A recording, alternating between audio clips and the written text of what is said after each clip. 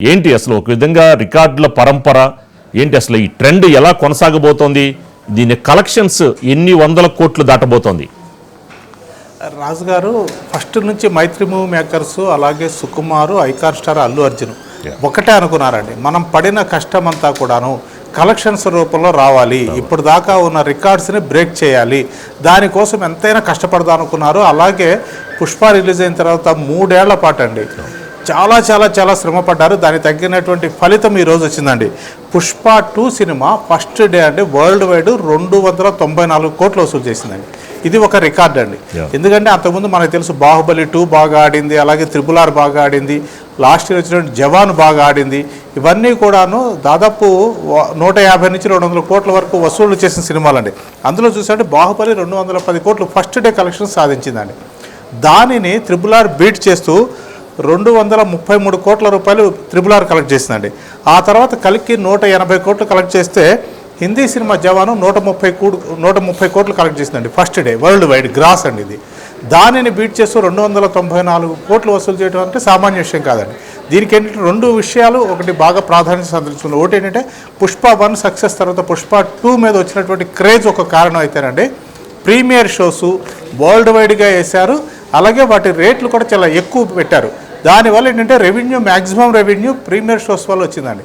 అలాగే ఈ టికెట్ రేట్లు పెంచడం వల్ల కూడా విడిగా రోజుల్లో కూడా నెంబర్ ఆఫ్ షోస్ ఎక్కువ వేయటం వల్ల ఇంత మొత్తం వచ్చింది అని చెప్పుకోవాల్సి ఉండేది. ఎందుకంటే అంతకుముందు చిత్రాలకు ఇంత రేటు లేదు, అలాగే ఇన్ని నెంబర్ ఆఫ్ థియేటర్స్ కూడా వేయలేదండి. మనం గత 2-3 రోజులు పట్టి చెప్పుకుంటున్నాం. 12,500 థియేటర్లు వరల్డ్ వైడ్ వేసినప్పుడు సహజంగా ఈ నెంబర్ ఏదైతే ఉందో 294 కోట్లు అన్నది వస్తుంది. కానీ టికెట్ రేట్లు అండి ఈ స్థాయిలో కూడా కొంచెం తగ్గించి ఉంటేనండి చాలా చోట్ల ఏంటంటే 70 to 80% వరకు వచ్చి ఆగిపోయిందండి.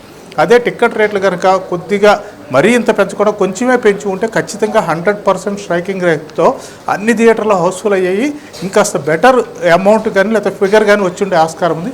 ఏదేమైనా కానీ వరల్డ్ వైడ్లో ఈ రికార్డ్ అంటే తెలుగు మన భారతదేశానికి సంబంధించి ఒక సినిమా 294 కోట్లు ఫస్ట్ రోజు కలెక్ట్ చేయడం అనేది ఒక గొప్ప రికార్డు. దాన్ని పుష్ప 2 సినిమా అచీవ్ చేసిందండి. అయితే టోటల్గా రాంగ్ లైన్లో ఏదైతే బాహుబలి 2 రికార్డు ఉందో దాదాపు 1800 కోట్ల రూపాయల గ్రాస్ అది వసూలు చేసింది.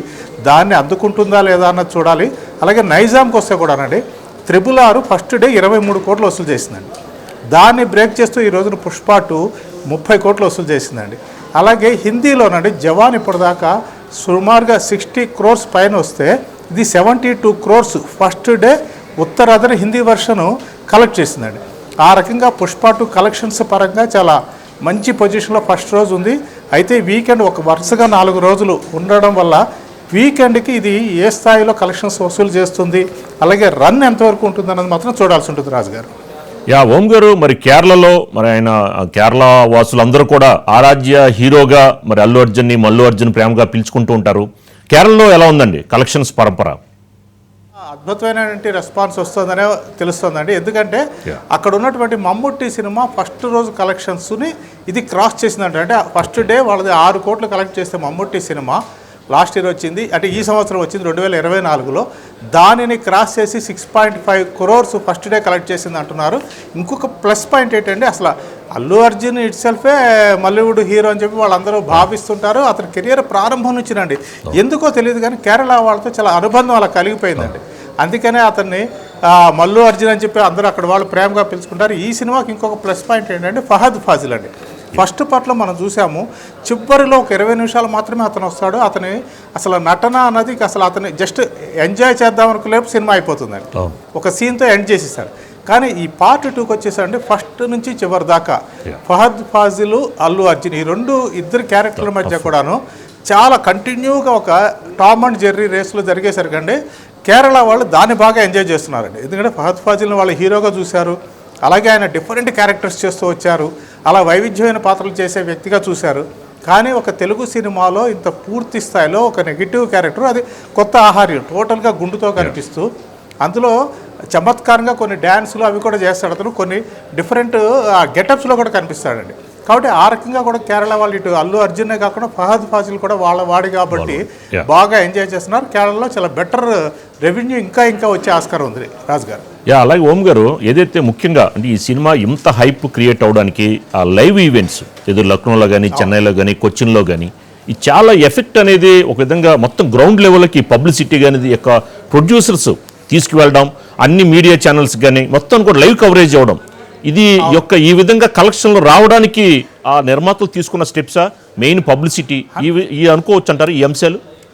100% అండి. ఎందుకంటే అండి చాలామంది నిర్మాతలు అండి ఒక స్ట్రెస్కి గురవుతారండి. అంటే పాన్ ఇండియా లెవెల్లో సినిమా అనగానే దాన్ని కరెక్ట్గా జనం ముందు ప్రజెంట్ చేయటము అన్నది వాళ్ళకి ఒక రకంగా అర్థం కాని పరిస్థితి అండి. అది ఒకే ఒక్కళ్ళు బాహుబలి విషయంలోనూ, బాహుబలి 2 విషయంలోనూ రాజమౌళి అంటే ఆర్కా మీడియా వాళ్ళు చేశారండి. ఎందుకంటే ఆర్కా మీడియా వాళ్ళు కూడా చెప్పింది ఏంటంటే బాహుబలి పార్ట్ 1 అన్నది మాకు ఒక ట్రయల్ రన్ లాంటిది, దాన్ని అసలు ఎలా చేయొచ్చు, ఎక్కడెక్కడ మనం ఫెయిల్ అయ్యామన్నది మేము గుర్తించాము. అందుకని పార్ట్ 2కి వచ్చేసరికి వరల్డ్ వైడ్ రిలీజ్ విషయంలో కూడాను రకరకాల ఈవెంట్స్ చేసి వాళ్ళని ఎలా అయితే ఆడియన్స్ చేరాలో అలా చేరామన్నారండి. ఎప్పుడైతే ఒక పాత్ ఏర్పడిందండి దాన్ని అనుసరించడం కూడా అంత సులువు కాదండి. ఎందుకంటే రాజమౌళికి ఉండే ఇమేజ్ వేరు, ఆర్కా మీడియాకు ఉన్న అనుభవం వేరు, వెనకాల కె రాఘవేంద్రరావు లాంటి దిగ్గజ దర్శకులు ఉన్నారు. కానీ మైత్రి మూవీస్ మేకర్స్ వాళ్ళు వచ్చిన కొద్ది కాలంలోనే చాలా ఎలా వెళ్ళాలి అన్న విషయంలో చాలా క్లియర్ కట్గా ఉన్నారు. నిజంగా ఈ మధ్య కాలంలో అంటే కల్కి కూడా జరగలేదండి అలా. అంటే పబ్లిసిటీ పరంగా ఆల్ ఓవర్ ఇండియాని కవర్ చేస్తూ చాలా పకడ్బందీగా నెల రోజులు బట్టి మెయిన్ సెంటర్స్ పాయింట్స్ ఏవైతే ఉన్నాయో వాటన్నిటినీ కవర్ చేశారు. అలాగే అక్కడ ఉన్నటువంటి బలమైనటువంటి డిస్ట్రిబ్యూటర్స్ని కూడా ఎంపిక చేసుకున్నారండి. దానివల్ల నెంబర్ ఆఫ్ థియేటర్స్ దొరికినాయండి వీళ్ళకి. అదే ఈ రోజున కలెక్షన్స్ మీద కూడా రిఫ్లెక్ట్ చేస్తున్నాయి అనుకోవాల్సి ఉంటుంది. ఓం గారు, అంటే ఓవరాల్గా పుష్ప 2 అనేది పైసా వసూలు మూవీగా చూడొచ్చా? అంటే ప్రొడ్యూసర్స్కి ఏదైతే నమ్మకంతో దిగారో అంత ఖర్చు పెట్టారో కాబట్టి మొత్తానికి ఇందులో కూడా అంటే ఫస్ట్ డే ఇందా మీరు చెప్పినట్టు 294 కోట్లు అన్నారు, కానీ 300 కోట్లు దాటితే తొలి భారతీయ చిత్రంగా ఉండే అవకాశం ఉందన్నారు. అంటే ఒక విధంగా తొలి భారతీయ చిత్రంగా రికార్డ్ అయ్యే అవకాశం ఉందంటారా పుష్ప 2? అంటే ఇప్పటికి కూడా 294 అనేది నెంబర్ 1 పొజిషనేనండి. అంటే 300 దాటుంటే 300 crores వెళ్ళింది అని చెప్పుకుంటాను తప్పితే ఈ రోజు వరకు కూడాను హైయెస్ట్ గ్రాస్ రిలీజ్ చేసింది ఫస్ట్ డే ఏ సినిమా అంటే పుష్ప 2 పేరే వస్తుందండి. ఆ తర్వాతే RRR వస్తుంది, ఆ తర్వాతే బాహుబలి వస్తుంది, ఆ తర్వాతే కల్కి వస్తుంది, ఆ తర్వాతే జవాన్ వస్తుంది. కానీ ఈ రోజుకి పుష్ప 2 అన్నది మాత్రం నెంబర్ 1 పొజిషన్లో ఉంది. లాంగ్ రన్లో బాహుబలి 2ను కొడుతుందా లేదా అన్నది మాత్రం చూడాల్సి ఉంటుందండి.